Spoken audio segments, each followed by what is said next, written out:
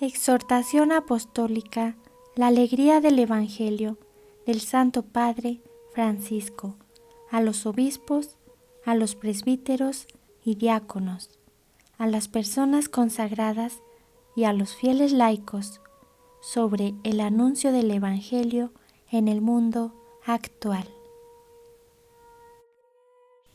Oh Espíritu Santo, amor del Padre y del Hijo, inspírame siempre lo que debo pensar, lo que debo decir, cómo debo decirlo, lo que debo callar, cómo debo actuar, lo que debo hacer para gloria de Dios, bien de las almas y mi propia santificación. Espíritu Santo, dame agudeza para entender, capacidad para retener, método y facultad para aprender, sutileza para interpretar, gracia y eficacia para hablar. Dame acierto al empezar, dirección al progresar y perfección al acabar. Amén. La alegría del Evangelio. El obispo siempre debe fomentar la comunión misionera en su iglesia diocesana siguiendo el ideal de las primeras comunidades cristianas, donde los creyentes tenían un solo corazón y una sola alma. Para eso, a veces estará delante para indicar el camino y cuidar la esperanza del pueblo. Otras veces estará simplemente en medio de todos con su cercanía sencilla y misericordiosa, y en ocasiones deberá caminar detrás del pueblo para ayudar a los rezagados y, sobre todo, porque el rebaño mismo tiene su olfato para encontrar nuevos caminos. En su misión de fomentar una comunión dinámica, abierta y misionera, tendrá que alentar y procurar la maduración de los mecanismos de participación que propone el Código de Derecho Canónico y otras formas de diálogo pastoral con el deseo de escuchar a todos y no solo a algunos que le acaricien los oídos. Pero el objetivo de estos procesos participativos no será principalmente la organización eclesial, sino el sueño misionero de llegar a todos. Dado que estoy llamado a vivir lo que pido a los demás, también debo pensar en una conversión del papado. Me corresponde, como obispo de Roma, estar abierto a las sugerencias que se orienten a un ejercicio de mi ministerio que lo vuelva más fiel al sentido que Jesucristo quiso darle y a las necesidades actuales de la evangelización. El Papa Juan Pablo II pidió que se le ayudara a encontrar una forma del ejercicio del primado que, sin renunciar de ningún modo a lo esencial de su misión, se abra a una situación nueva. Hemos avanzado poco en ese sentido. También el papado y las estructuras centrales de la Iglesia Universal necesitan escuchar el llamado a una conversión pastoral. El Concilio Vaticano II expresó que, de modo análogo a las antiguas iglesias patriarcales, las conferencias episcopales pueden desarrollar una obra múltiple y fecunda, a fin de que el afecto colegial tenga una aplicación concreta. Pero este deseo no se realizó plenamente, por cuanto todavía no se ha explicitado suficientemente un estatuto de las conferencias episcopales que las conciba como sujetos de atribuciones concretas, incluyendo también alguna auténtica autoridad doctrinal. Una excesiva centralización, más que ayudar, complica la vida de la Iglesia y su dinámica misionera. La pastoral es clave de misión, pretende abandonar el cómodo criterio pastoral del siempre se ha hecho así. Invito a todos a ser audaces y creativos en esta tarea de repensar los objetivos, las estructuras, el estilo y los métodos evangelizadores de las propias comunidades. Una postulación de los fines sin una adecuada búsqueda comunitaria de los medios para alcanzarlos está condenada a convertirse en mera fantasía. Exhorto a todos a aplicar con generosidad y valentía las orientaciones de este documento, sin provisiones ni miedos. Lo importante es no caminar solos, contar siempre con los hermanos y especialmente con la guía de los obispos, en un sabio y realista discernimiento pastoral. Desde el corazón del Evangelio. Si pretendemos poner todo en clave misionera, esto también vale para el modo de comunicar el mensaje. En el mundo de hoy, con la velocidad de las comunicaciones y la selección interesada de contenidos que realizan los medios, el mensaje que anunciamos corre más que nunca el riesgo de aparecer mutilado y reducido a algunos de sus aspectos secundarios. De ahí que algunas cuestiones que forman parte de la enseñanza moral de la Iglesia queden fuera del contexto que les da sentido. El problema mayor se produce cuando el mensaje que anunciamos aparece entonces identificado con esos aspectos secundarios que, sin dejar de ser importantes, por sí solos no manifiestan el corazón del mensaje de Jesucristo. Entonces conviene ser realistas y no dar por supuesto que nuestros interlocutores conocen el trasfondo completo de lo que decimos o que pueden conectar nuestro discurso con el núcleo esencial del Evangelio que le otorga sentido, hermosura y atractivo. Una pastoral en clave misionera no se obsesiona por la transmisión desarticulada de una multitud de doctrinas que se intenta imponer a fuerza de insistencia.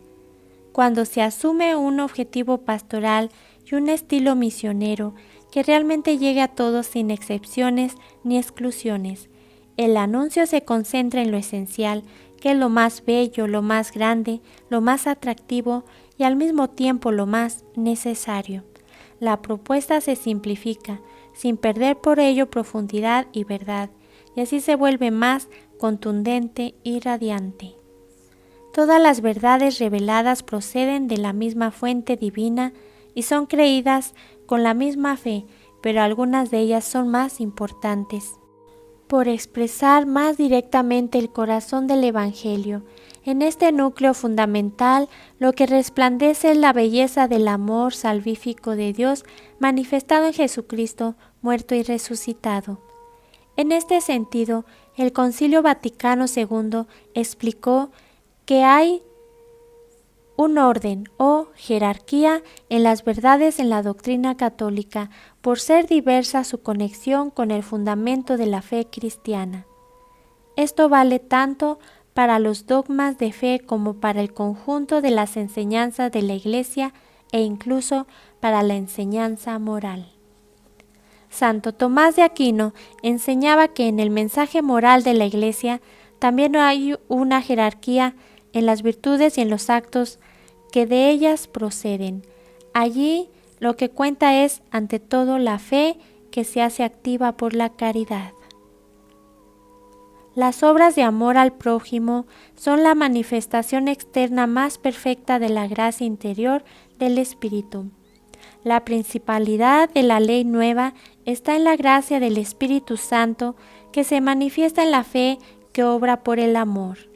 Por ello explica que, en cuanto al obrar exterior, la misericordia es la mayor de todas las virtudes. En sí misma la misericordia es la más grande de las virtudes, ya que a ella pertenece volcarse en otros y, más aún, socorrer sus deficiencias.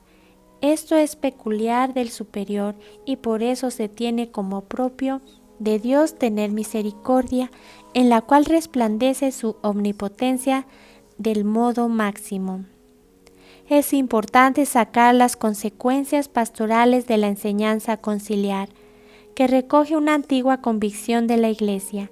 Ante todo hay que decir que en el anuncio del Evangelio es necesario que haya una adecuada proporción. Esta se advierte en la frecuencia con la cual se mencionan algunos temas y en los acentos que se ponen en la predicación. Por ejemplo, Si un párroco a lo largo de un año litúrgico habla 10 veces sobre la templanza y solo 2 o 3 veces sobre la caridad o la justicia, se produce una desproporción donde las que se ensombrecen son precisamente aquellas virtudes que deberían estar más presentes en la predicación y en la catequesis. Lo mismo sucede cuando se habla más de la ley que de la gracia, más de la Iglesia que de Jesucristo, más del Papa que de la palabra de Dios. Así como la organicidad entre las virtudes impide excluir alguna de ellas del ideal cristiano, ninguna verdad es negada. No hay que mutilar la integralidad del mensaje del Evangelio. Es más, cada verdad se comprende mejor si se la pone en relación con la armoniosa totalidad del mensaje cristiano. Y en ese contexto todas las verdades tienen su importancia y se iluminan unas a otras. Cuando la predicación es fiel al Evangelio, se manifiesta con claridad la centralidad de algunas verdades y queda claro que la predicación moral cristiana no es una ética estoica, es más que una ascesis, no es mera filosofía práctica ni un catálogo de pecados y errores. El Evangelio invita ante todo a responder al Dios amante que nos salva, reconociéndolo en los demás y saliendo de nosotros mismos para buscar el bien de todos. Esa invitación en ninguna circunstancia se debe ensombrecer. Todas las virtudes están al servicio de esta respuesta de amor. Si esa invitación no brilla con fuerza y atractivo, el edificio moral de la Iglesia corre el riesgo de convertirse en un castillo de naipes. Y allí está nuestro peor peligro, porque no será propiamente el Evangelio lo que se anuncie, sino algunos acentos doctrinales o morales que proceden de determinadas opciones ideológicas. El mensaje correrá el riesgo de perder su frescura y dejará de tener olor a Evangelio. La misión que se encarna en los límites humanos. La Iglesia, que es discípula misionera, necesita crecer en su interpretación de la palabra revelada y en su comprensión de la verdad. La tarea de los exégetas y de los teólogos ayuda a madurar el juicio de la Iglesia. De otro modo también lo hacen las demás ciencias.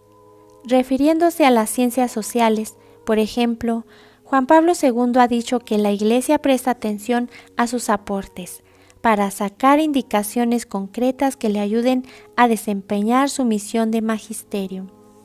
Además, en el seno de la Iglesia hay innumerables cuestiones acerca de las cuales se investiga y se reflexiona con amplia libertad.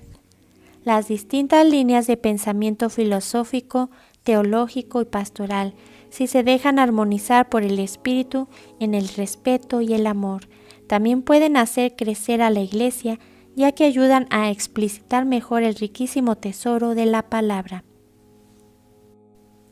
A quienes sueñan con una doctrina monolítica defendida por todos sin matices, esto puede parecerles una imperfecta dispersión, pero la realidad es que esa variedad ayuda a que se manifiesten y desarrollen mejor los diversos aspectos de la inagotable riqueza del Evangelio.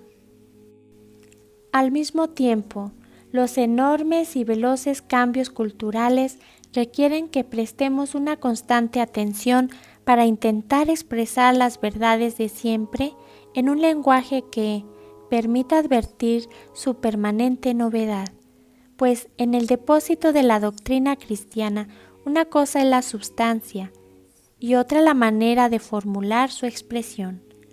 A veces, escuchando un lenguaje completamente ortodoxo, lo que los fieles reciben debido al lenguaje que ellos utilizan y comprenden es algo que no responde al verdadero Evangelio de Jesucristo. Con la santa intención de comunicarles la verdad sobre Dios y sobre el ser humano, en algunas ocasiones les damos un falso Dios o un ideal humano que no es verdaderamente cristiano. De ese modo, somos fieles a una formulación, pero no entregamos la sustancia. Este es el riesgo más grave. Recordemos que la expresión de la verdad puede ser multiforme y la renovación de las formas de expresión se hace necesaria para transmitir al hombre de hoy el mensaje evangélico en su innumerable significado.